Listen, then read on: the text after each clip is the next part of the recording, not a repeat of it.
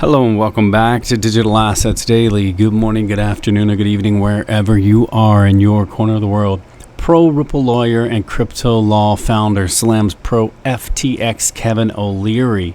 And here's why. So John Deaton has commented on Mr. Wonderful's opinion about future of unregulated crypto exchanges.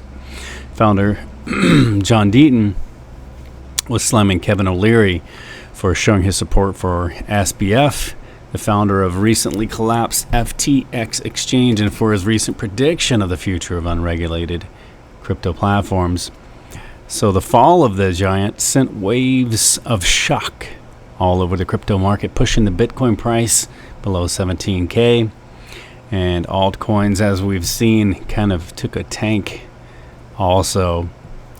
So Kevin O'Leary shared with the host that he believes to be a good thing about the situation with FTX after it went bankrupt at the start of November 22 or 2022, just to be clarified.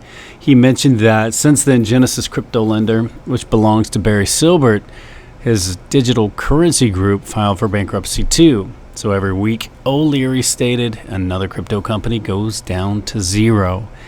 He mentioned the recent attack of the SEC against Kraken, and the regulator was fined, or I should say the regulator fined Kraken $30 million USD and forced it to shut down its staking service in the US. And that basically affected a lot of this, exchanges and assets that were able and available to be staked by US citizens, because after that attack, a lot of people were just a little too uncertain with a lack of clarity. And so they stopped their U.S. options for staking assets until there is more clarity moving forward. But Johnny Deaton stated on Twitter Kevin was Mr. Crypto and literally said the only place he believed crypto was safe was on FTX with SBF. And after Kevin's good buddy stole customers' money, he said SBF fraud deserved a second chance. You would have to literally be a moron or an imbecile to listen to Kevin, attorney John Deaton stated on Twitter. And also, too, John Deaton stated that the SEC may have stolen the defeat from the jaws of victory. And he said, basically, since the SEC failed to carry out the specific Howey analysis, focusing too much on the token instead of the circumstances surrounding the sale, that they've most likely stolen defeat from the jaws of victory. So also, too, XDC network introduces the Dolphin, a step towards decentralization. And this is pretty interesting, so we're going to go into it just a bit. A sudden demand for decentralization is being observed across the community. XDC Network announced its step forward towards decentralization by launching Dolphin. The Dolphin plan has been released for public comment, which will end on March 15th.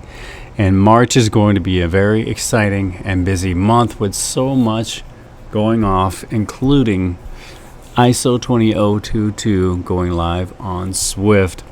So with the fall of prominent centralized crypto exchanges, a sudden demand for decentralization was observed across the community. And as an answer to this, XDC Network, a blockchain network, announced its step forward towards decentralization by launching its new DAO framework, Dolphin. And that's going to be a very interesting thing to follow as well. And again, this is something that I see as far as progress moving forward, because you have a problem and you're finding a solution. That to me is where true utility and use case has a chance to boom. And I'm very excited that it's with XDC as well. I've been a huge fan of them from the beginning too. So Bank of Japan kicks off a CBDC pilot, and it's very exciting to see anything to do with Japan, because it's just been shown again recently. Let's twist that around. Do you know?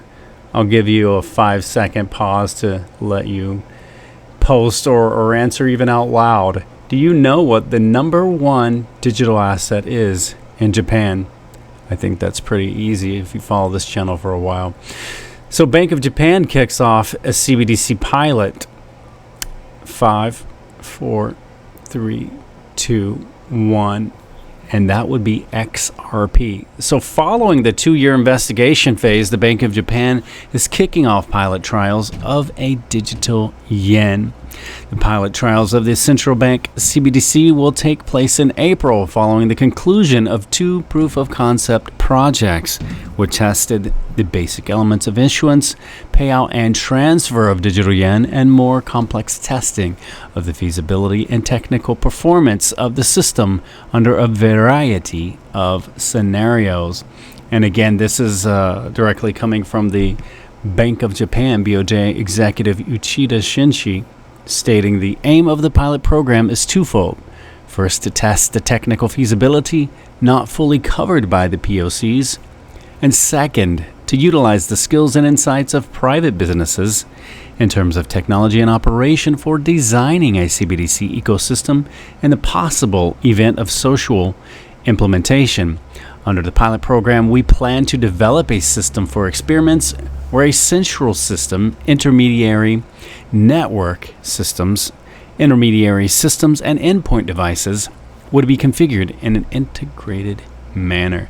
There's a lot of speculation that Ripple and XRP will benefit from that as well. Next up, XRPayNet just posted they now listed the LOX network available within the XRPayNet wallet, and you can get that app at now available for Android and for iOS at your app store. I personally do have it, yes, and I like the simplicity of it. As with anything, I have multiple wallets just like you, and there are some that will always stay in cold storage, and others I like to keep in a hot wallet as well. So moving forward, you always have to know your level of comfort with investing. Always be safe. As always, we like to keep you as prepared and informed as much as possible. And guys, remember, this is not financial advice, but entertainment purposes only. But before we go, I want to leave you with a final thought. Always go with the choice that scares you the most, because that is the one that is going to help you grow. Much love, and we will catch you in the next one.